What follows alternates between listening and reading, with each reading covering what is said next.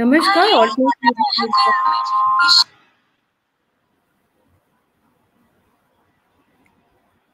Alternate media में एक बार आपका फिर से स्वागत है। 14 अगस्त को नरेंद्र मोदी जी ने उसे partition horrors remembrance day declare किया।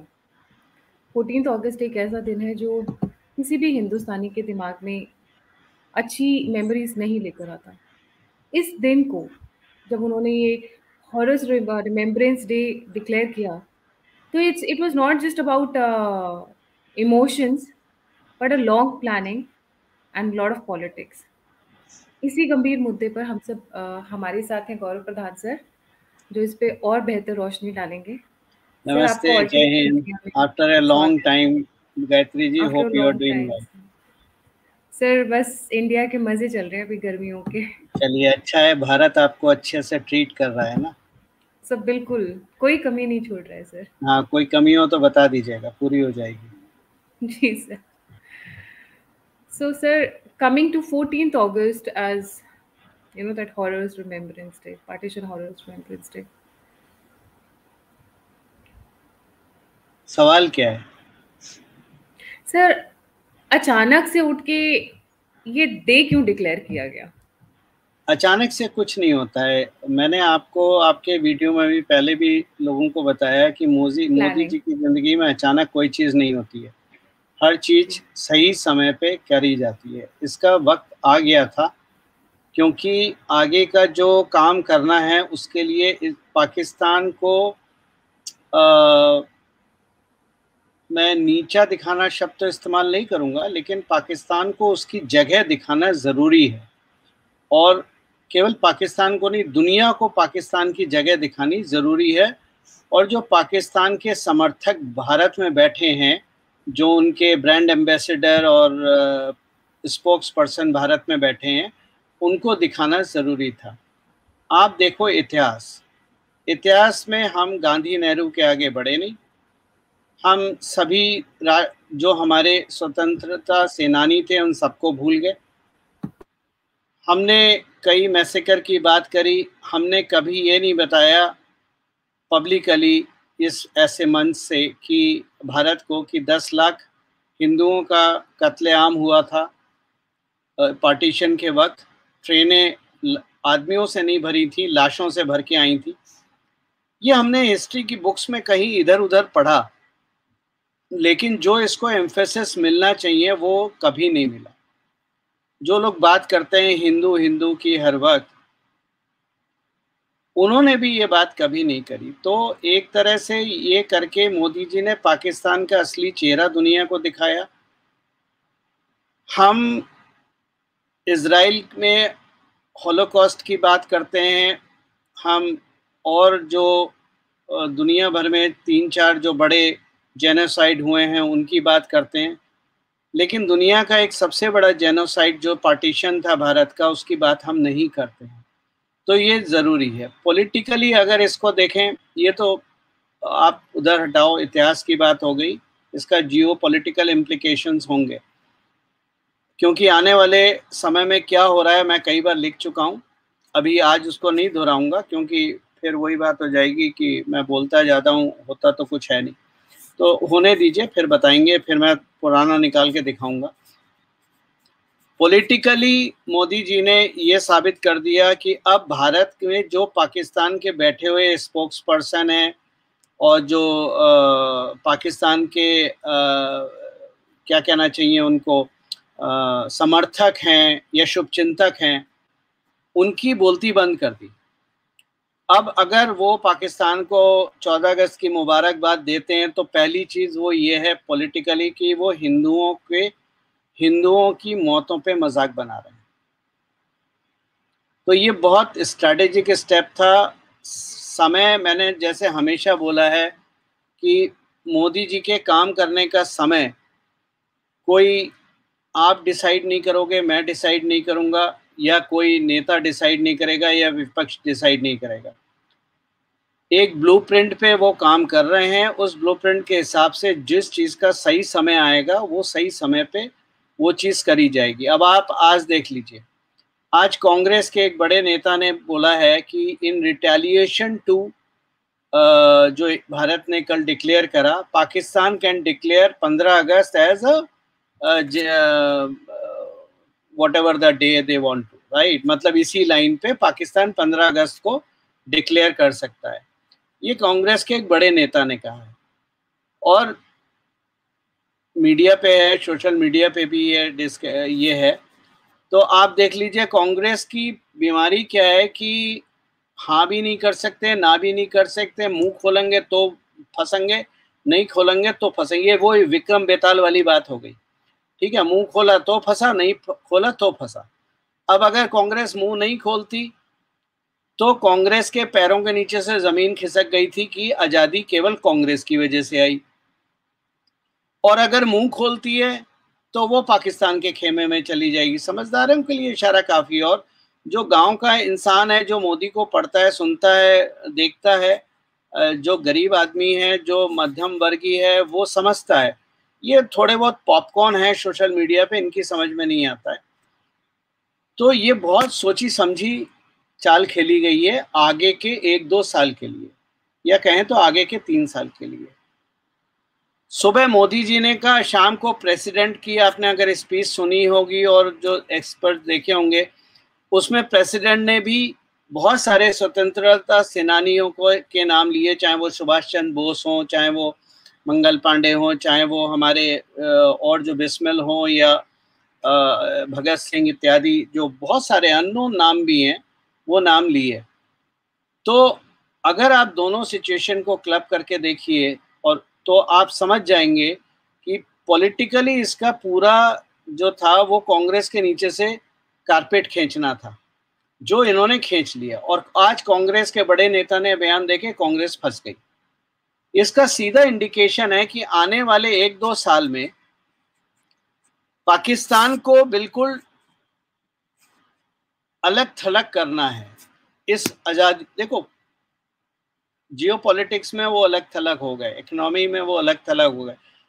बहुत सारे स्टेप्स लेने हैं पाकिस्तान को खत्म करने के लिए। खत्म इन सेंस मतलब हमारा एक ही उद्देश्य है, पीओके हमारे पास है, टेरर बंद हो। तो वही उद्देश्य के लिए आगे जाने का ये एक माध्यम है, ये एक रास्ता है। और मोदी कोई बच्चे तो है नहीं, मतलब जितनी मेरी उम्र है उससे ज़्यादा तो उनका पॉलिटिकल कैरियर हो गया है, ठीक है। तो उनको राय देना या समझाना या ये कहना कि आज क्यों करा, कल क्यों करा, ये लोगों की समझ में नहीं आता। जो बंदे ने जिस गुजरात में हर चौथे दिन दंगे होते थे, हर हफ्ते महीने में दंगे होते थे, 20 साल से उस राज्य को शांत कर दिया और पॉलिटिकल स्टेबिलिटी लाके उसका डेवलपमेंट कर दिया, उसको अगर हम राय देते हैं तो शायद हम अपने मुंह पे ही थूक रहे हैं। तो हमें राय देने की जरूरत नहीं है, हमें समझने की जरूरत है। हम समझते कम है, हम राय ज्यादा देते हैं, दिक्कत ये है। गायत्री जी।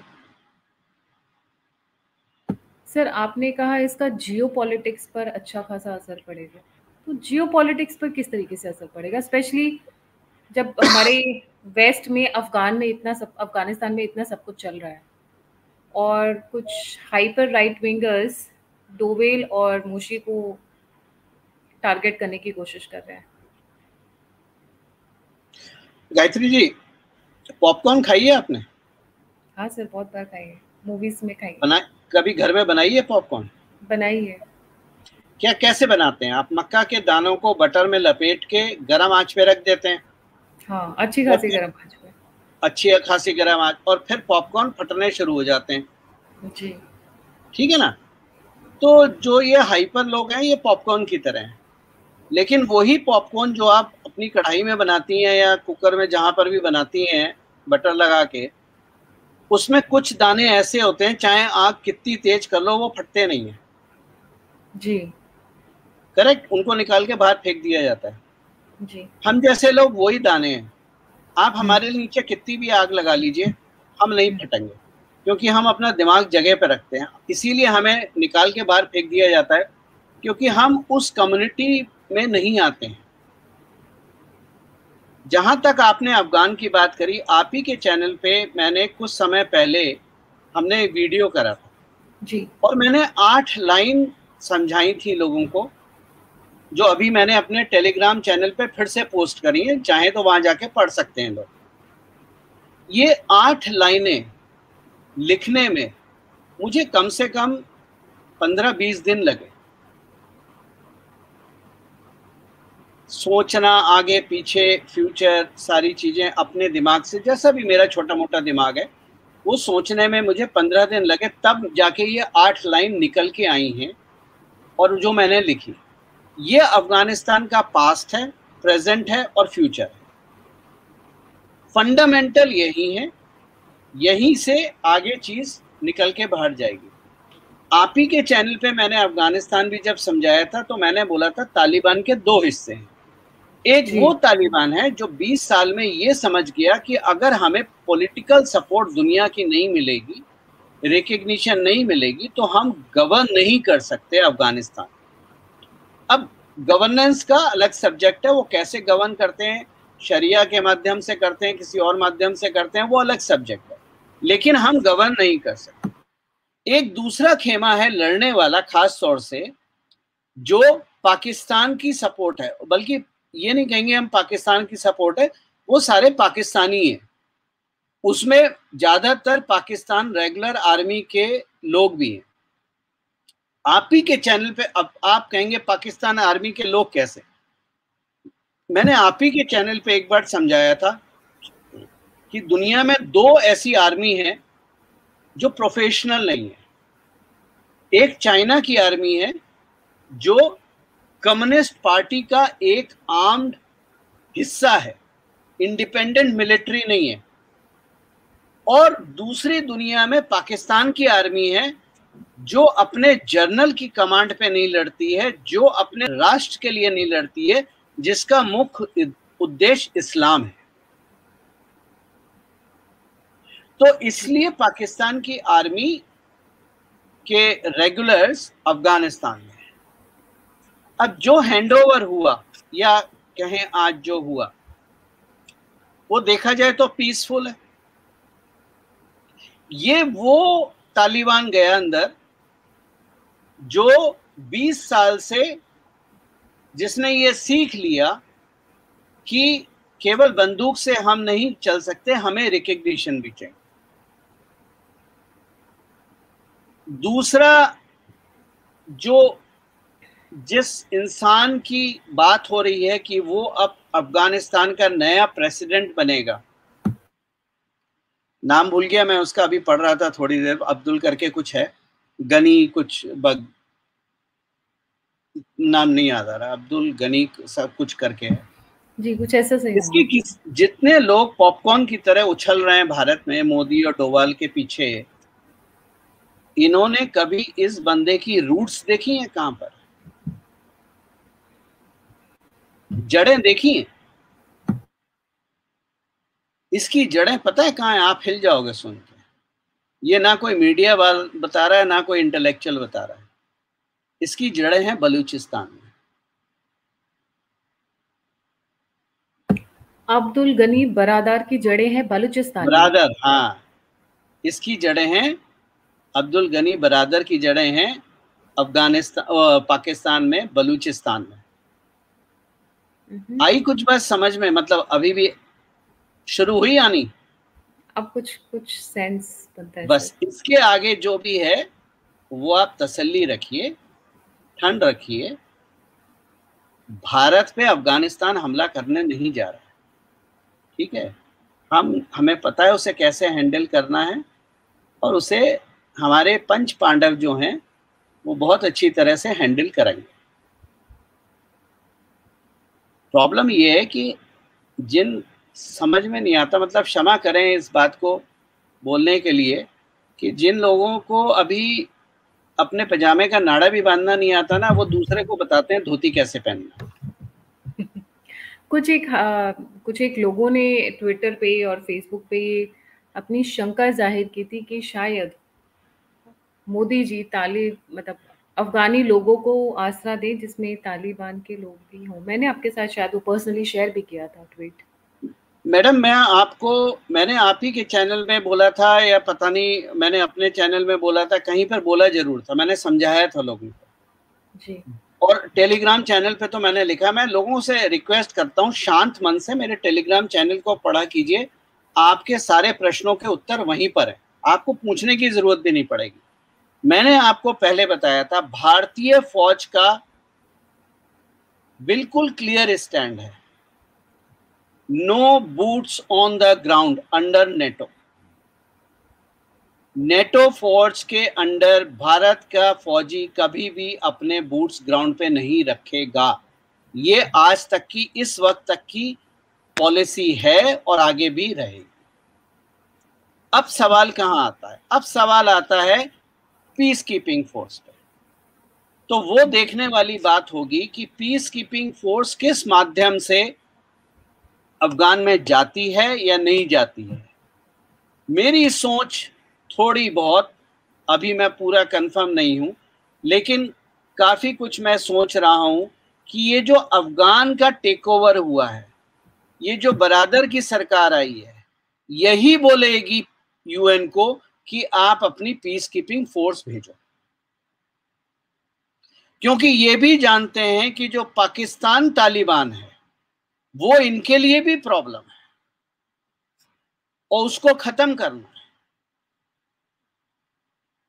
तो जो मेन लड़ाई थी वो पाकिस्तान तालिबान की थी, और आप देखते रहना इसमें चाइना और पाकिस्तान दोनों बहुत बुरी तरह से फंसेंगे, फंस रहे हैं, फंसेंगे नहीं, फंस रहे हैं। लेकिन क्या चीज है कि हमारे मित्र लोग ये चाहते हैं कि, कहीं मैंने पढ़ा था, मोदी 1 लाख की अपनी भारतीय फौज भेज दे, हमारे ब्रेव जवान हैं। इन बच्चों को ये नहीं पता लाल बाल पाल का मतलब क्या होता है। ये भारतीय फौज पे अभी मैंने ना एक वीडियो शेयर करा था।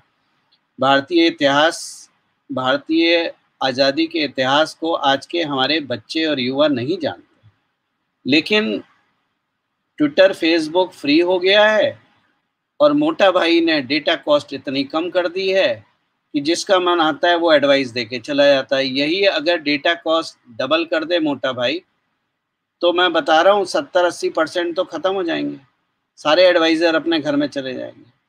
तो एडवाइस देना मित्रों बहुत आसान होता है। मैं आपको बता रहा हूँ, आप अगर अपनी क्रेडिबिलिटी बढ़ाना चाहते हो, कुछ सीखना चाहते हो, समझना चाहते हो, तो शांत मन से पढ़ा करो, किसी को भी पढ़ो, लेकिन थोड़ा बहुत सोच विचार भी करा करो, दिमाग अपना इस्तेमाल करा करो। भगवान ने आपको 400 ग्राम 1400 ग्राम का दिमाग दिया है, उसका भी इस्तेमाल करा करो।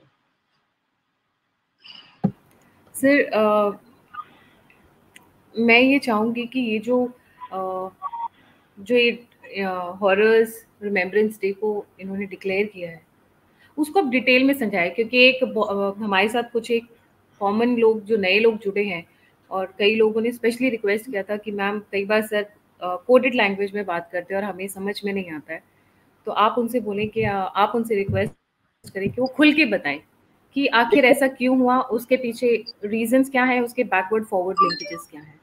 देखो, मैंने जैसा पहले भी आपको समझाया, भारतीय आज़ादी का इतिहास 1947 का हमारी किताबों में भूल गए, और पिछले 70-75 साल से एक कोशिश ये हुई है कि जो हिंदुओं पे एट्रोसिटीज हुई थी, जो हिंदुओं का नरसंहार हुआ था, उसको हर जगह दबा दिया गया। जो हमारे तथाकथित हिस्टोरियंस रहे, उन्होंने दबा दिया गया। जैसे मैं कहीं पढ़ रहा था, लाल किला तो मुगल है, यहाँ पर मोदी जी को झंडा नहीं फहराना चाहिए। और बहुत महान आत्मा है, उन्होंने ये चीज लिखी। अब लाल किले का इतिहास तो पढ़ लो भाई पहले। मुगल भारत में जब आए थे तो केवल लुटेरे होके आए थे। मुगल जब भारत में आए थे तो उन्होंने अपना लश्कर जो बनाया था वो काबुल में बनाया था, जो कि उस समय भारत का हिस्सा था, और लाहौर में बनाया था। और भारत के जो हिंदू राजा थे, जिसमें जो ग्रीडी लोग थे, जो आ, आ, मैं जयचंद नाम इस्तेमाल करना नहीं चाहता हूं, किसी कारणवश से, लेकिन जो ग्रीडी लोग थे, भूखे थे, उन्होंने अपना जमीर बेचा। वरना मुगलों में ये महाराणा प्रताप की धरती है, शिवाजी महाराज की धरती है, रानी लक्ष्मीबाई की धरती है, ये राणा सांगा की धरती है, यहां पर मुगल नहीं टिक सकते थे। तो जब ब्रिटेन आया, जब ब्रिटिश आए, ये तो मुगल की हम बात नहीं कर रहे हैं, आज हम ब्रिटिश की बात कर रहे हैं। मैंने तारिक फतेह जी का एक एपिसोड देखा था, मुझे पता नहीं, उनका 1 मिनट का एक वक्तव्य देखा था कहीं, मैं वैसे वीडियो नहीं देखता हूं। उन्होंने अपनी शेल्फ में से एक किताब निकाल के दिखाई थी जो 1943 में पब्लिश हुई थी, और 1943 में जो पब्लिश हुई थी उसमें पाकिस्तान का मैप डिफाइन था। यानी पाकिस्तान को क्रिएट करने की ब्रिटिश की नियत 1947 में नहीं बल्कि 1943 में शुरू हुई, और 47 के बाद जब ये बनी, क्योंकि दो लोगों के बीच में, नेहरू जी और जिन्ना के बीच में ये था कि कौन प्रधानमंत्री बनेगा, तो ये प्रधानमंत्री की जो लालसा थी उसकी वजह से पार्टीशन हुआ। मेरे जो स्वर्गीय पिताजी हैं वो मेरे को बताते थे, क्योंकि उन्होंने तो देखा था, दादाजी ने हमारे देखा था। वो बताते थे कि अगर नेहरू प्रधानमंत्री बनने की जिद ना करते और जिन्ना बन जाते तो जिन्ना का मरना तो निश्चित था, क्योंकि उनको कैंसर था और कैंसर का कोई इलाज नहीं था, तो वो 1-2 साल में मर ही जाते। लेकिन भारत का विभाजन नहीं होता। लेकिन जब भारत का विभाजन हुआ तो भारत का विभाजन 2 नेशन थ्योरी पे हुआ, हिंदू और मुस्लिम। तो नेचुरल है कि जो पाकिस्तान के हिस्से में जगह आई और जहां पर हिंदू थे उनका मैसेकर हुआ, उनकी जेनोसाइड हुई, उनको मारा गया। हिंदू सिख दोनों थे। ट्रेनें भर भर के आई, लाशों की ट्रेनें। बहुत सारे, ज्यादातर लोगों को सम्मान पूर्वक अंतिम संस्कार भी नहीं नसीब हुआ। उनकी लाशें सड़ी, चील कौवे खा गए, जानवर खा गए। तो ये चीज हमने तो नहीं देखी है, क्योंकि हम तो आजादी के बाद के पैदाइश हैं। लेकिन हमारे पिताजी हैं, हमारे दादाजी हैं, उन लोगों ने ये चीज देखी है। आपके भी शायद पिताजी या दादाजी ने ये चीजें देखी, कम से कम दादाजी ने तो देखी ही होंगी। मेरे मित्र हैं जो सिंध से आए थे, उनके पेरेंट्स ने, उनके ग्रैंड पेरेंट्स ने ये चीजें महसूस करी हैं, देखी हैं। तो ये कोशिश है कि हमारी युवा जनता को वो जेनोसाइड भी समझाना जरूरी है। इजराइल आज भी हॉलोकॉस्ट अपने नहीं भूला है। वो आज भी इजरायलियों को, जूस का जो हॉलोकॉस्ट है, हर जू बच्चे को अपने हॉलोकॉस्ट का दिन पता है। हिटलर ने क्या करा था, कैसे मारा था, वो हर आज पैदा होने वाले हर जू बच्चे को भी पता होता है कि हॉलोकॉस्ट क्या है। और हमारे देश में ऐसे युवा हैं, जो मैंने अभी वीडियो शेयर किया अपने टेलीग्राम पे, देखिएगा। उनसे पूछा आजादी कब मिली थी, तो कोई 1955 बता रहा है, कोई 1950 बता रहा है, कोई 1945 बता रहा है। 15 अगस्त 1947 एक डेट नहीं याद रख सकते तो जरूरी है कि हमारे युवाओं को ये बताया जाए कि आजादी जो मिली थी वो चरखा चलाने से नहीं मिली थी। वरना अब तक चरखा अफगानिस्तान में एक्सपोर्ट करके और अब तालिबान को न्यूट्रलाइज कर चुके होते। उनको बताना है कि इसमें जानें गई हैं, इसमें लोगों ने यातनाएं सही हैं, तोप के आगे बांध के उड़ाया गया है, गोलियों से मारा गया है, जलियांवाला बाग हुआ है। ये गांधी जी के चरखा घुमाने से आजादी नहीं मिली है। यानी आज तक कभी किसी कांग्रेस ने ये बताया कि, एक भी कांग्रेसी का नाम बताया कि जिसने यातनाएं सही हो किसी जेल में किसी माध्यम से? जी, अभी गांधी जी और नेहरू जी भी जब जेल गए थे तो उनको 5 स्टार लग्जरी वाला सेल मिला था। उनको सावरकर जैसा सेल नहीं मिला था। तो ये आज के समय में हमारे बच्चों को ये चीज बतानी जरूरी है, क्योंकि जैसा मैं हमेशा बोलता हूं, मेरा आज का नहीं, मेरा हमेशा, मोदी की वजह से नहीं, लेकिन मेरा हमेशा से, जब से मैंने होश संभाला है, मेरा मानना है, क्योंकि मैं थोड़ा बहुत इतिहास का स्टूडेंट तो नहीं हूं, लेकिन थोड़ा बहुत पढ़ता जरूर था शौक के लिए। मेरा हमेशा से एक मानना है कि पाकिस्तान एक सॉवरेन नेशन नहीं है। पाकिस्तान एक इलीगली ऑक्युपाइड भारत का हिस्सा है जो जिहादियों ने ऑक्युपाई किया। हम मिलाएंगे नहीं मिलाएंगे वो बात की चीज है, लेकिन हम 4 हिस्सों में तोड़ेंगे, वो तोड़ना जरूरी है हमारे लिए। तो देश की जनता को, युवा जनता को इन चीजें समझनी जरूर, क्योंकि कांग्रेस की सरकारों ने कभी सच नहीं बताया। जो हमारे हिस्टोरियन है उन्होंने कभी सच नहीं बताया। गांधी, नेहरू, इंदिरा, राजीव के आगे हम कभी बढ़े नहीं। तो आप खुद सोचिए, ये चीज करनी जरूरी थी नहीं थी। हाँ, ये बात हो सकती है, डिबेट हो सकता है, डिस्कशन हो सकता है कि टाइमिंग ये ठीक है या नहीं है। तो देखो, हर चीज का कुछ टाइम होता है। 4 साल पहले कर लेते तो आप बोलते जी पोलराइज करने के लिए टाइम कर रहे हैं। 2019 के चुनाव से पहले करते तो आप बोलते 2019 का चुनाव पोलराइज करने के लिए बोल रहे हैं। आज करा है तो मुझे ये बता दो कौन सा चुनाव पोलराइज करने के लिए करा है। अगर मोदी पोलराइज ही करता है, और मोदी जी पोलराइज ही करते हैं हर वक्त, तो आज ये करके उन्होंने कौन सा चुनाव पोलराइज करा भाई? 2024 में तो अभी 3-4 साल है ना।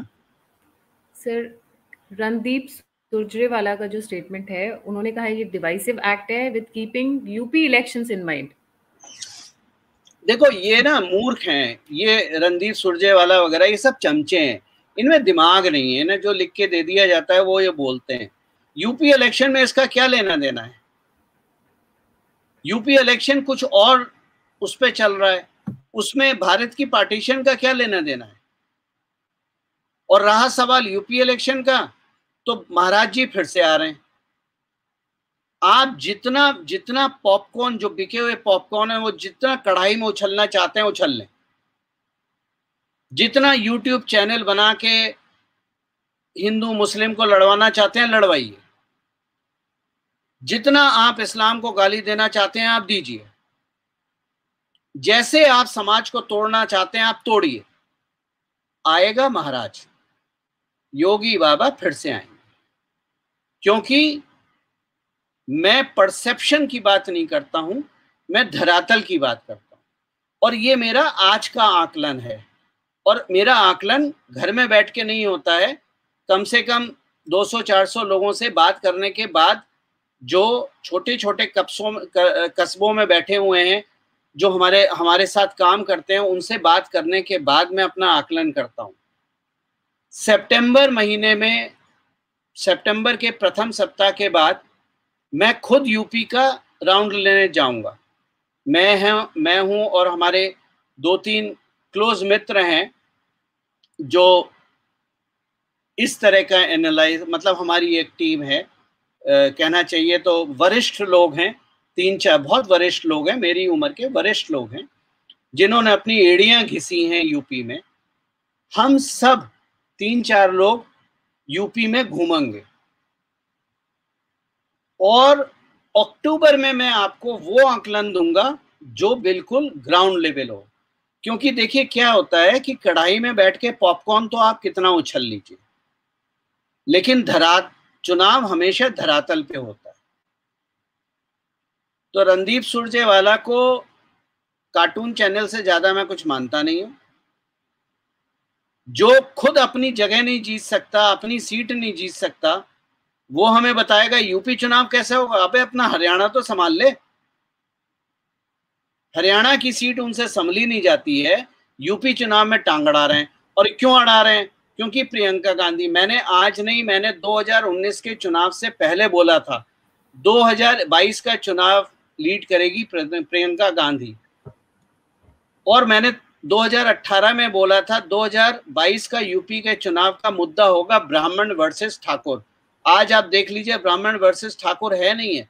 और मैं झूठ नहीं बोल रहा हूं, आप मेरे टेलीग्राम चैनल पे मेरा अगर देखेंगे तो मैंने उस पे 2018 का, अक्टूबर 2018 का एक ट्वीट पोस्ट करा है अपना लिखा हुआ, जो मेरे आर्काइव में है, टेलीग्राम आर्काइव में है, वो मैंने as it is screenshot post करा है। वही हो रहा है जो मैंने कहा था।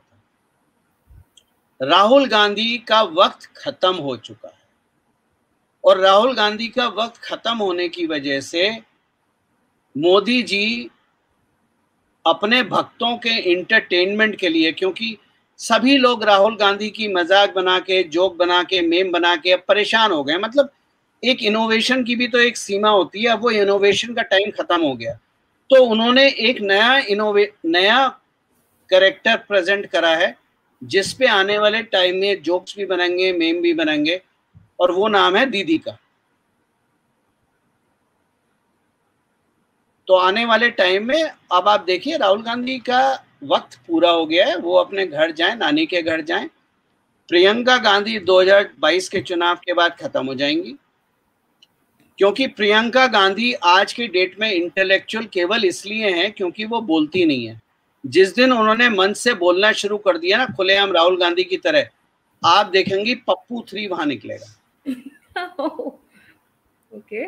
पप्पू 1 पिताजी थे, उनको पप्पू 1 कोई बोलता नहीं है। वो इंटेलेक्चुअल इसलिए बने क्योंकि उस समय सोशल मीडिया था नहीं, राइट। सोशल मीडिया के टाइम में आपको पप्पू 2 मिल गया, और यूपी चुनाव में आपको पप्पू 3 मिल जाएगा। और ये परिवार, आप देखो ना, पूरा क्रोनोलॉजी समझा करो, इवेंट समझा करो। कपिल सिब्बल ने अपने घर में बर्थडे पार्टी में डिनर रखा, G23 और विपक्ष के लोग बुलाए। विपक्ष के लोगों ने कहा कि 2024 का चुनाव बिना गांधियों के लड़ना चाहिए। भाई साहब, यही तो मोदी जी करना चाहते हैं। कांग्रेस खत्म थोड़ी ना करना चाहते हैं, घसीट घसीट के गांधियों को खत्म करना। 2024 का चुनाव अगर बिना गांधी के खेला जाता है, लड़ा जाता है, तो गांधी डायनेस्टी तो खत्म हो गया ना। जी सर, एक व्यूअर का एक बहुत ही इंटरेस्टिंग क्वेश्चन है, what is partition horrors remembrance day impact in upcoming Punjab elections? और डेफिनेटली पंजाब क्योंकि बॉर्डर पे है तो डेफिनेटली रेलेवेंस ज़्यादा बन जाता है इसका। देखो, पंजाब का चुनाव मैंने कई बार समझाया है लोगों को। प्रॉब्लम ये होती है ना, हम वो पॉपकॉर्न वाले, जो जब पॉपकॉर्न बनाते हैं ना, तो जो दाने नहीं फटते हैं, ठीक है, जिनको लोग उठा के फेंक देते हैं, हम वही दाने हैं। हमारे नीचे कितनी भी आग लगा लो, हम फटेंगे नहीं, और इसीलिए हमें निकाल के बाहर फेंक दिया जाता है, क्योंकि हम जो बात करते हैं बहुत समय के आगे की करते हैं। पिछले साल मैंने बोला था कि कैप्टन अरविंदर सिंह और मोदी की जुगलबंदी चल रही है जी। इस पे मैंने एक पॉडकास्ट करी थी जो मेरे चैनल पे पड़ी हुई है, सुन सकते हैं। लोगों ने नहीं माना, ये तो कैप्टन अरविंदर सिंह का भक्त है, जैसे कि लोग दिग्विजय सिंह का बोलते हैं। कैप्टन अरविंदर सिंह ने पिछले साल प्रोटेस्ट को सपोर्ट करके जितना पैसा आड़तियों के पास था, पॉलिटिकल पार्टीज के पास था, जो पिज़्ज़ा बनाने के काम आया और मसाज पार्लर बनाने के काम आया बॉर्डर पे, वो सब निचोड़ दिया। और जब पैसा निचोड़ गया, खत्म हो गया, और जो स्पॉन्सर्स थे, कॉर्पोरेट स्पॉन्सर्स थे, जैसे एयरटेल है, जो मौका परस्त है कि रिलायंस को मारना है, जियो को मारना है, तो एयरटेल घुस गया, इनको भी निचोड़ दिया। जब सब निचोड़ गया तो वो आए बोलने कि ये तो खालिस्तानी और इन लोगों का काम है। बात मानी नहीं मानी? हुआ वही जो मैं कह रहा हूं। किसान प्रोटेस्ट भी लोगों को समझ में नहीं आया। किसान प्रोटेस्ट का एक बहुत इंपॉर्टेंट मुद्दा किसान बिल नहीं है। जो 2 क्रिटिकल मुद्दे हैं, इनफैक्ट 3 कहना चाहिए, 3 जो क्रिटिकल मुद्दे हैं, मेरे ब्लॉग पे मेरे 3 राइटअप हैं, प्लीज पढ़िए। वो 3 मुद्दे हैं। पहला, पैन कार्ड मैंडेटरी हो गया है, यानी जो बड़े किसान हैं पैन कार्ड उनका भी जाएगा, इनकम होगी, तो आने वाले वर्षों में उन पे भी इनकम टैक्स लग सकता है। दूसरा मुद्दा, जो कमीशन एजेंट था, आड़ती थे। तीसरा मुद्दा सबसे इंपॉर्टेंट, जिसकी वजह से खालिस्तानी आए, हम 95% दालें इंपोर्ट करते थे कनाडा से। इन दालों को प्रोड्यूस करता था ये सारा पंजाब का किसान जो कनाडा चला गया है और खालिस्तानी है। मोदी जी ने जब बोला कि दलहन हमें अपने यहाँ उगानी है, और राधा माधव सिंह जो हमारे कृषि मंत्री थे पिछले टर्म में, उन्होंने कोशिश करी और प्रोत्साहन दिया किसानों को, और दलहन हमने खुद उगाई। आज हमारी 85 to 90% दालों की रिक्वायरमेंट भारत से ही पूरी होती है। तो हमने कनाडा के पेट पे लात मार दी। तो लात अगर किसी के भी पेट पे मारोगे तो वो बिलबिलाएगा। यही कारण था उनका पार्टिसिपेट करना। ये सारे कारणों में जो नोबल ऑब्जेक्टिव था वो किसानों को फ्री करना। तो कैप्टन अमरिंदर सिंह जो कर रहे हैं वो अच्छा काम कर रहे हैं। ये उनका आखिरी टर्म है, इसके बाद मुझे नहीं लगता वो पॉलिटिक्स में रहेंगे, वो चुनाव भी नहीं लड़ेंगे। और इसकी जो बुनियाद है,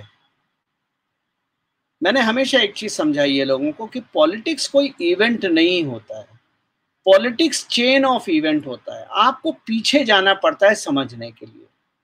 इसकी नींव पता है कहां पड़ी थी?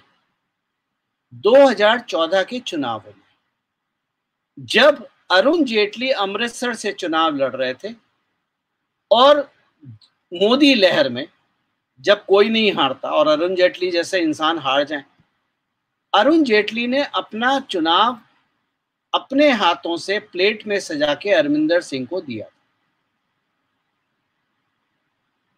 ये लोग समझते नहीं, पर वही है, मैं वही समझाता हूं लोगों को, पॉपकॉर्न मत बनो यार, आगे पीछे की चीज समझना बहुत जरूरी होता है। यही था ना आपका क्वेश्चन गायत्री जी? हाँ, सॉरी मैं मिस कर गया। तो ये जो पंजाब का चुनाव है, क्योंकि पंजाब बॉर्डर स्टेट है, राजस्थान बॉर्डर स्टेट है, इन पे इसका इम्पैक्ट पड़ेगा। कितना पड़ेगा मैं नहीं जानता, लेकिन बॉर्डर स्टेट होने की वजह से इम्पैक्ट पड़ेगा। क्योंकि जब पार्टीशन हुआ था तो बहुत से परिवारों ने ये चीज झेली है और आज भी याद रखा है। तो ये कहना कि इस 14 अगस्त के दिन को ऐसा डिक्लेयर करके कोई फर्क नहीं पड़ेगा, जी बिल्कुल गलत बात है। पंजाब पे, राजस्थान पे इनका फर्क पड़ेगा। जो हमारे बॉर्डर स्टेट्स हैं, जो पाकिस्तान से टच होते हैं, जहां माइग्रेशन हुई थी, जहां एक्सोडस हुआ था, वो जगह पे इसका फर्क पड़ेगा। क्योंकि वहां के लोगों ने, वहां की पीढ़ियों ने इस चीज को लाइव देखा है। यूपी बिहार में शायद फर्क ना पड़े और नहीं पड़ेगा, लेकिन पंजाब में बेशक फर्क पड़ेगा। तो सर, इज इट लाइक, बहुत ज़्यादा डिटेल्स इसके बारे में अभी आई नहीं क्योंकि ये कल ही अनाउंस हुआ। सो क्या इसमें हॉलीडे होगा या there will be some books में इसको इंक्लूड किया जाएगा आगे आने वाले दिनों में, और जस्ट साइलेंट और पीस, आई मीन जस्ट एक डेट डिक्लेयर कर दिया है? नहीं, ये बुक्स में तो इंक्लूड होगा, हमारी इतिहास की किताबों में तो जाएगा, लेकिन इस पे कोई छुट्टी वुट्टी नहीं होगी। क्योंकि जितना मैं समझता हूँ, समझने की कोशिश करता हूँ मोदी जी को, मैं एक चीज़ जानता हूँ, जो इंसान 20 घंटे काम करता है ना, वो छुट्टियों में विश्वास नहीं रखता जी। वो खुद की भी छुट्टियों में विश्वास नहीं करता, वो देश की छुट्टियों में भी विश्वास नहीं करता। और मेरा भी अपना पर्सनल मानना है कि भारत में कुछ ज़्यादा ही छुट्टियाँ होती हैं, जो छुट्टियाँ बंद होनी चाहिए, इसलिए और छुट्टियाँ ऐड नहीं होंगी। तो जो लोग ताली पीट रहे हैं कि इस पर छुट्टी हो जाएगी अगले साल, मुझे नहीं पता, मैं पॉलिटिकल क्या स्टेप लेती है सरकार मुझे नहीं पता, लेकिन मेरा अपना मानना है कि इस पर छुट्टी नहीं होनी चाहिए। लेकिन हाँ, इसको किसी माध्यम से याद जरूर दिलाना चाहिए, चाहे भले ही श्रद्धांजलि सभा हो, रैली हो, कोई स्पीचेस हो, कोई प्रोग्राम्स हो, लेकिन ये चीज़ स्कूल कॉलेजेस में कुछ प्रोग्राम हो, लेकिन युवा पीढ़ी को इन चीज़ों की याद जरूर दिलानी है, समझाना जरूर। जी। और ये बहुत नेसेसरी है कि उनको पता चले कि आखिर लोगों ने क्या-क्या झेला है आज़ादी पाने के लिए। आज़ादी ऐसे ही नहीं मिल गई थी। मैं वही तो बता रहा हूँ ना मैम आपको, कि लोगों को लाल बाल पाल का मतलब नहीं पता, और तो बात हाँ, छोड़ दी। तुम मुझे खून दो, मैं तुम्हें आजादी दूंगा। मैं आपको लिख के दे सकता हूँ, जितने लोग देख रहे हैं ना 50% तो गूगल करेंगे। जी। तो ये चीजें इतिहास के हमारे जो महान लोग थे उनके बारे में पता ही नहीं है। नेताजी के बारे में किसको पता है? बाल गंगाधर तिलक के बारे में कौन जानता है? मंगल पांडे के बारे में कौन जानता है? तो इन लोगों के बारे में हमें पता ही नहीं है। सुखीराम बोस के बारे में कौन जानता है? आप ऊपर ऊपर से तीन चीजें उठा लेते हैं, सावरकर उठा लिए आपने, गांधी नेहरू उठा लिए, आपस में लड़ाई कर लो। लेकिन बहुत से और हैं जिन्होंने हंसते हंसते फांसी पे लटक गए, जान दे दी तोप के आगे, बंध के मर गए, उनका कहीं नाम और निशान नहीं है। तो वो होना चाहिए। सर, इस पे पाकिस्तान का क्या रिएक्शन है? काटो तो खून नहीं।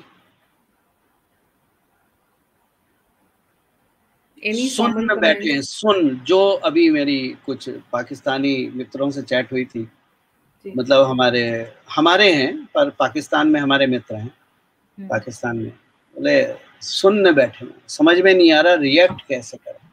तो देखते हैं आगे एक दो दिन में उनके मीडिया क्या दिखाते हैं, पर अभी तो उनकी समझ में नहीं आ रहा है, क्योंकि आपने जो भारत में पाकिस्तान के समर्थक थे उनके मुंह पे ताला लगा दिया।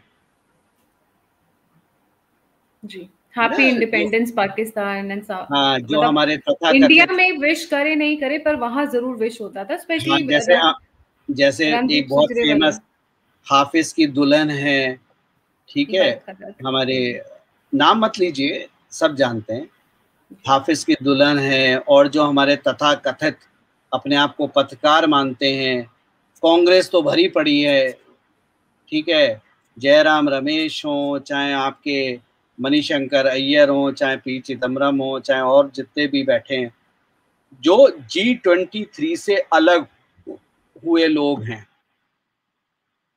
उनके मुंह पे ताला मार दिया।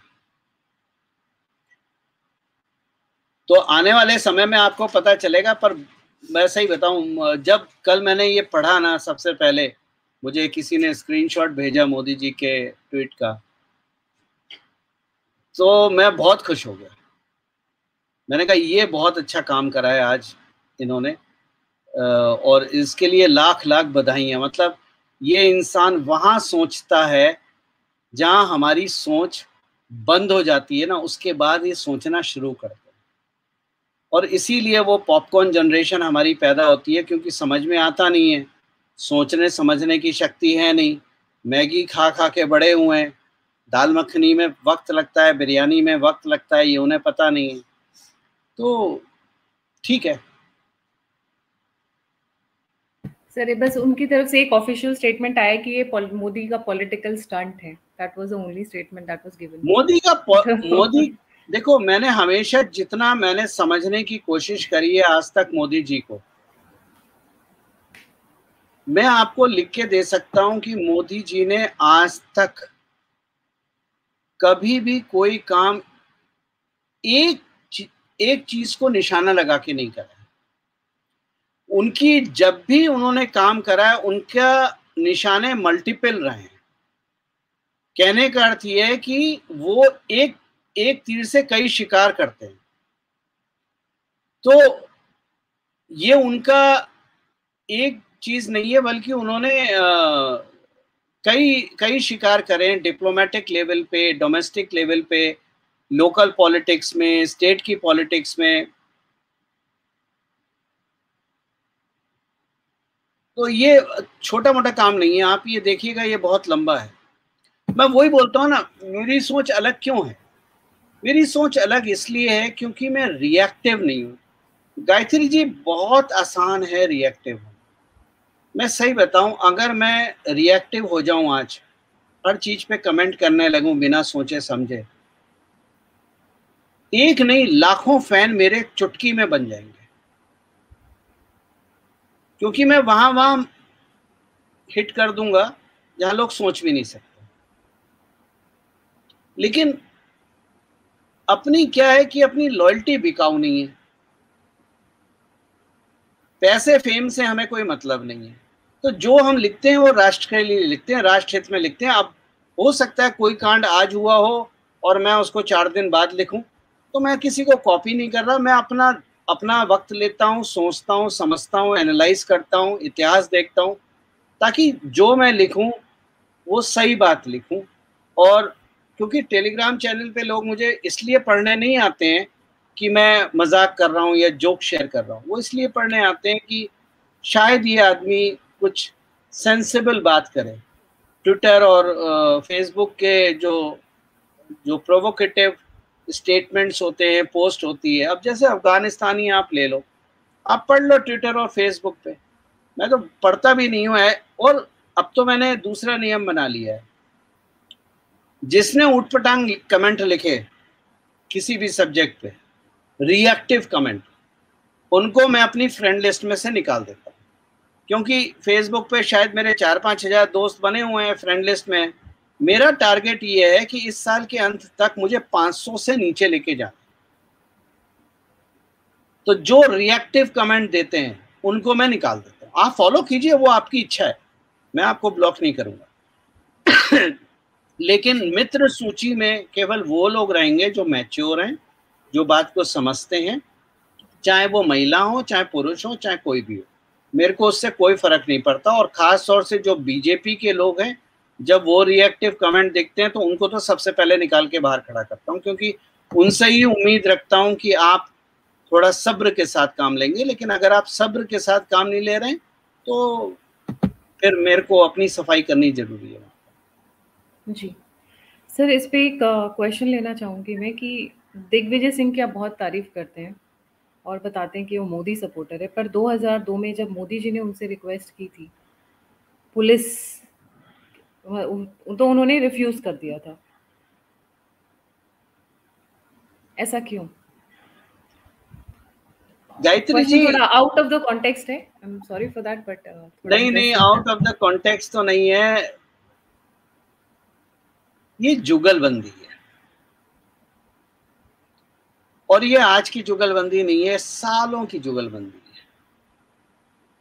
दिक्कत क्या है कि जो हमारा सोशल मीडिया है और जो हमारा मीडिया भी है, जो तथाकथित हमारे सो कॉल्ड वरिष्ठ पत्रकार इंटेलेक्चुअल हैं, वो रिसर्च नहीं करते। वो कभी भी किसी तथ्य पे मैप खोल के नहीं बैठते। और अगर आप किसी को तथ्य बताएंगी तो आपको टीआरपी नहीं मिलेगी। टीआरपी तब मिलती है जब आप कंट्रोवर्सी क्रिएट करते, चाहे वो मीडिया हो, चाहे यूट्यूब वाले हमारे मित्र लोग हों। टीआरपी तभी मिलती है, फॉलोअर्स तभी मिलते हैं जब आप कंट्रोवर्सी क्रिएट करते हैं, आप फैक्ट नहीं बताते।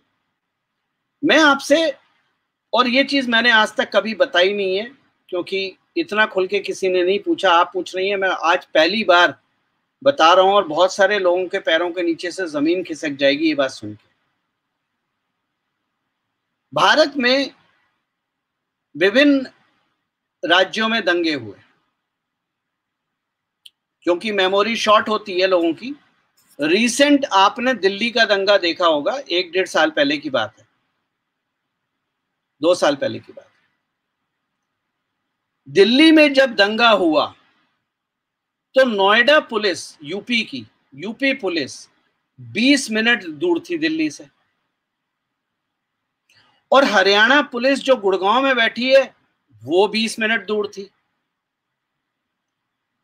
क्या दिल्ली पुलिस या हरियाणा पुलिस क्या यूपी पुलिस या हरियाणा पुलिस आई दिल्ली में सपोर्ट के लिए दिल्ली पुलिस की?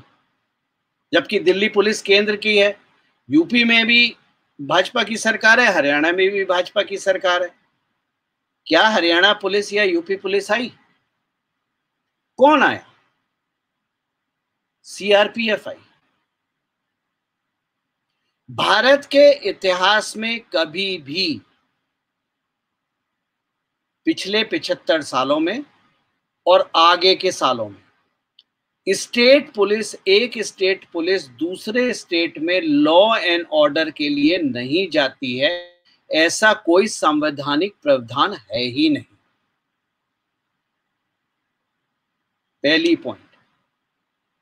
तो ये कहना कि मोदी जी ने दिग्विजय सिंह को आग्रह किया था कि आप मध्य प्रदेश की पुलिस भेज दें, ये टोटली गलत स्टेटमेंट है। ये परसेप्शन का स्टेटमेंट है, ये फैक्चुअल स्टेटमेंट है। अब आप पॉलिटिक्स पे समझिए। मैप खोल के बैठिए। गुजरात की सीमा 3 राज्यों से लगती है, राजस्थान से, मध्य प्रदेश से और महाराष्ट्र से। क्या कारण है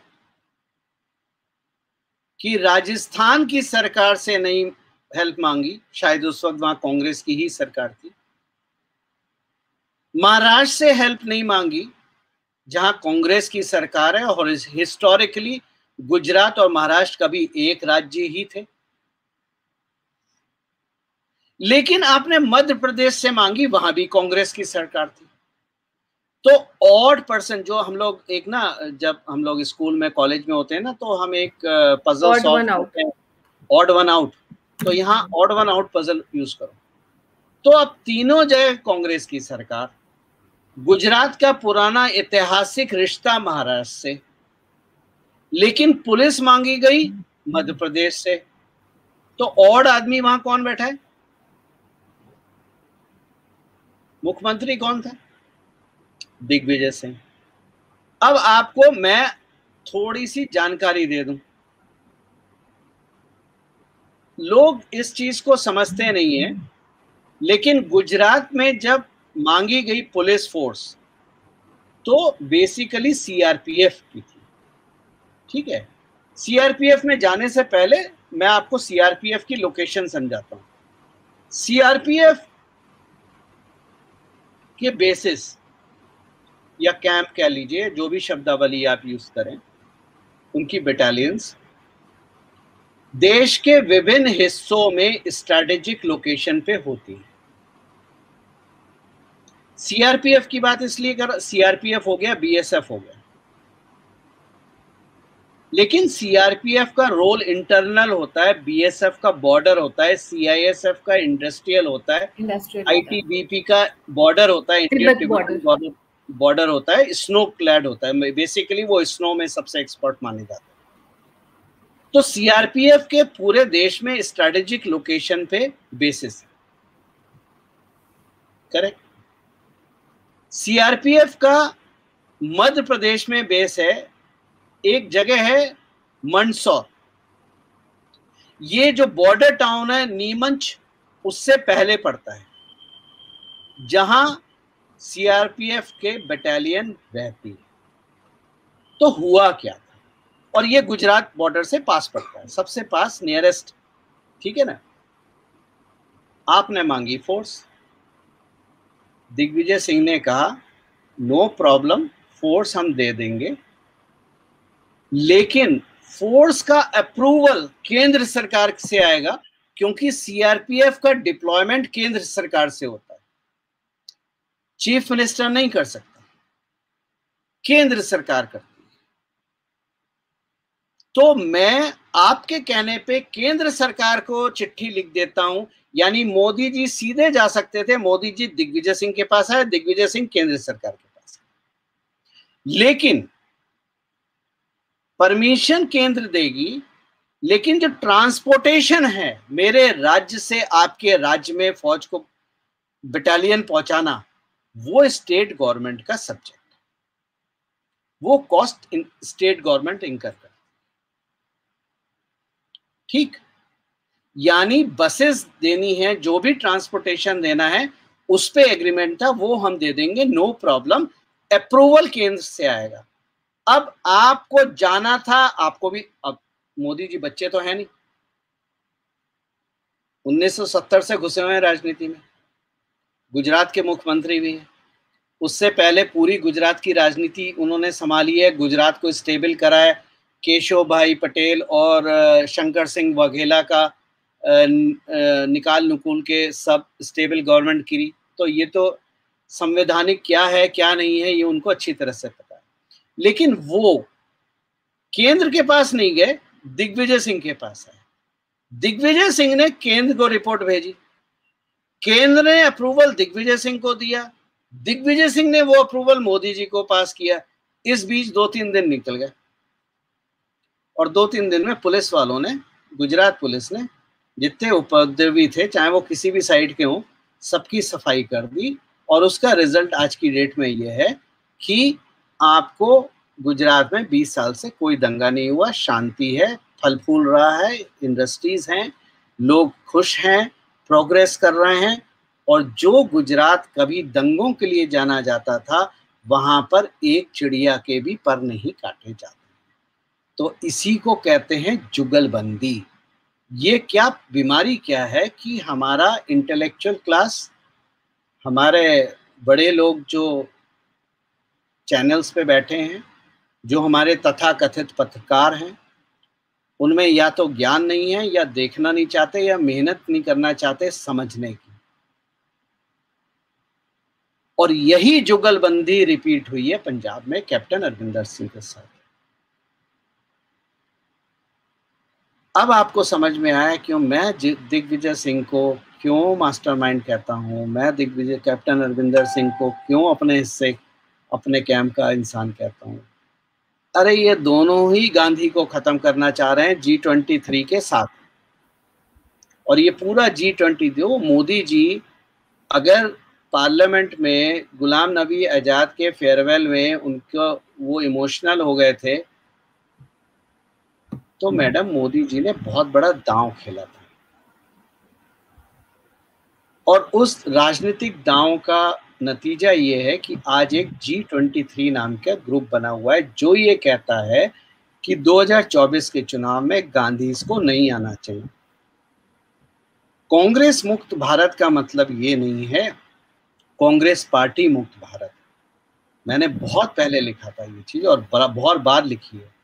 कांग्रेस मुक्त भारत का मतलब है गांधी मुक्त कांग्रेस। और आने वाले वक्त में जिस तरह की राजनीति चल रही है और बन रही है और शेप ले रही है, आने वाले 10 साल 15 साल केवल 2 पार्टी रह जाएंगी, भाजपा और कांग्रेस। या तो आप भाजपा के साथ आके लड़ो या आप कांग्रेस के साथ लड़ो। और ये 2 पार्टी सिस्टम जब हो जाएगा तो आप लिख के रख लो, भारत की उन्नति को कोई नहीं रोक सकता, डेवलपमेंट को। क्योंकि या तो पॉलिटिक्स होगी डेवलपमेंट पे, या तो आप डेवलपमेंट के फेवर में होगे या डेवलपमेंट के एंटी होगे। फिर जो जात बिरादरी, धर्म, रिलीजन, इस सब की जो राजनीति चलती है ना, ओबीसी, एसटी बला बला दुनिया भर के जो फालतू की चीजें, इस पे राजनीति अपने आप बंद हो जाए। तो आपको समझ में आई दिग्विजय सिंह का और मोदी जी का क्या 36 का आंकड़ा है। जो हम टीवी पे लड़ाई देखते हैं, जो हम डिबेट पे लड़ाई देखते हैं, अगर आप मेरे साथ हो तो इसका मतलब ये नहीं है कि आप मेरे हिसाब से खाओगे, आप मेरे हिसाब से उठो बैठोगे, जब मैं बोलूंगा तब आप नहाओगे, जब मैं बोलूंगा तब आप सोओगे। ये अर्थ नहीं होता। आप अपनी दिनचर्या, अपनी जीवन अपने हिसाब से रहिए, लेकिन कुछ ऐसे स्ट्रेटेजिक ऑब्जेक्टिव होते हैं जिसमें आपको मेरा साथ देना है, मुझे आपका साथ देना है। साथ होने का, पॉलिटिकल साथ होने का मतलब यही है। और ये 3 लोग हैं जो मोदी जी के साथ हैं, अपोजिशन में रह के, और ये हमेशा अपोजिशन में रहेंगे, कभी भाजपा में नहीं आने वाले। शरद पवार, दिग्विजय सिंह, कैप्टन अरविंदर सिंह। जी सर, बहुत ही शॉर्ट नोटिस पे ऑर्गेनाइज किया था हमने, पर बहुत अच्छा लगा, स्पेशली इसलिए क्योंकि आज इंडिपेंडेंस डे है। So happy Independence Day to all our viewers. आपको भी मैम। जी जी, मेरे अपने व्यूअर्स से ये सेशन क्लोज करने से पहले एक रिक्वेस्ट है कि डेफिनेटली हम सभी राइट विंगर्स इस वक्त सफ़र कर रहे हैं यूट्यूब की मार से। सो प्लीज़ जब आप देखें चाहे मेरा चैनल हो या किसी और का भी हो, तो लाइक, सब्सक्राइब और शेयर करना ना भूलें। थोड़ा मोटिवेशन मिलता है। सो मैं आपके दर्शकों को एक हाथ जोड़ के निवेदन करना चाहता हूँ, जी, कृपया जीवन में उछला मत कीजिए। बिल्कुल सही। जीवन में उछल कूद से कोई नतीजा नहीं निकलता है, ना आपके करियर में निकलेगा, ना आपके निजी जीवन में निकलेगा, ना आपके सार्वजनिक जीवन में निकलेगा। शांत मन से सोचिए। बरगद का पेड़ 400, 500, 600 साल इसलिए टिकता है हर तूफान को झेल के, क्योंकि उसकी जड़ें मजबूत होती हैं। जिन पेड़ों की जगह मजबूत नहीं होती हैं, वो तूफान में उखड़ जाते हैं। तो बरगद का पेड़ बनने की कोशिश कीजिए, जड़ों को अंदर तक जमाइए, सोचिए, विचार कीजिए, एक ठहराव लाइए जीवन में। अगर आप उछल कूद करेंगे तो हमारा वक्त देना कोई फायदा नहीं है। आप जैसा करना चाहें कर लें, लेकिन किसी को भी ये लगता है कि आपकी उछल कूद से कोई चुनाव जीत जाएगा या हार जाएगा, तो ये आपकी बहुत बड़ी भूल है। धरातल पे क्या है, वो चीज टोटली अगेंस्ट है। यूपी में आप कुछ भी कर लीजिए, बाबा बन के, बाबा का भेष धारण करके हिंदुओं को लड़वाइए या किसी और का भेष धारण करके किसी और को लड़वाइए, कुछ नहीं होना। महाराज जी को आना है और महाराज जी आएंगे और हम लेके आएंगे, आप कुछ नहीं उखाड़ सकते। क्योंकि जमीन पे जो आदमी है उसको पता है महाराज जी की उपयोगिता और आने की जरूरत क्या है। बाकी सोशल मीडिया में आप कुछ भी कर लीजिए, उससे कोई मतलब नहीं। तो मेरा आपको निवेदन है कि ठंडे दिमाग से हर चीज सोचिए, बरगद बनने की कोशिश कीजिए। ये यूकेलिप्टस पेड़ की तरह खड़े मत हो जाइए हर वक्त। और इतने ही निवेदन है। बाकी अगर आपको लगता है कि कुछ चीज समझनी है तो शांत मन से मेरे टेलीग्राम चैनल पे आप पढ़ सकते हैं। लगभग सारी टॉपिक कवर करता हूँ, देर से करता हूँ क्योंकि मैं रिएक्टिव नहीं हूँ, मैं रिएक्शन नहीं देता। अपना लेख लिखता हूँ या जो कमेंट लिखता हूँ वो बहुत सोच समझ के। आपको शायद 4 लाइनें लगी हों, लेकिन शायद वो 4 लाइनें सोचने में मुझे 4 दिन लगते हैं। तो इतना ही मेरा निवेदन है आप सबसे। जी, तो इसी के साथ स्वतंत्रता दिवस की शुभकामनाएं। जय हिंद, और अपने जय श्री राम। पूर्वजों को, अपने लोगों ने जिन्होंने भारत की आज़ादी में योगदान दिया है, कृपया उनको मत भूलें। अपने बच्चों को समझाइए, उनको बताइए हमें कब आज़ादी मिली, कैसे मिली, कौन कौन था। गांधी नेहरू तक ब्रेक लगा के मत रखिए, उससे आगे भी जाइए। आप पढ़े लिखे हैं, गूगल सर्च कीजिए, अपने बच्चों को अगर उनकी हिस्ट्री बुक में नहीं है तो कोई बात नहीं, छोड़ दीजिए आप। मेरी भी हिस्ट्री बुक में नहीं थी, मेरे माता पिता ने बताई। तो आप तो अपने हिसाब से बता सकते हैं। और रामायण और गीता को कंठस्थ कर लीजिए, आने वाले समय में यही आपका सहारा बनेंगे और कुछ नहीं बन सकता। इन्हीं शब्दों के साथ मेरा आपको बहुत बहुत नमस्कार। और भारत की स्वतंत्रता दिवस पे एक बार फिर आप सबको बहुत बहुत शुभकामनाएं। स्वतंत्रता दिवस की बहुत बहुत शुभकामनाएं।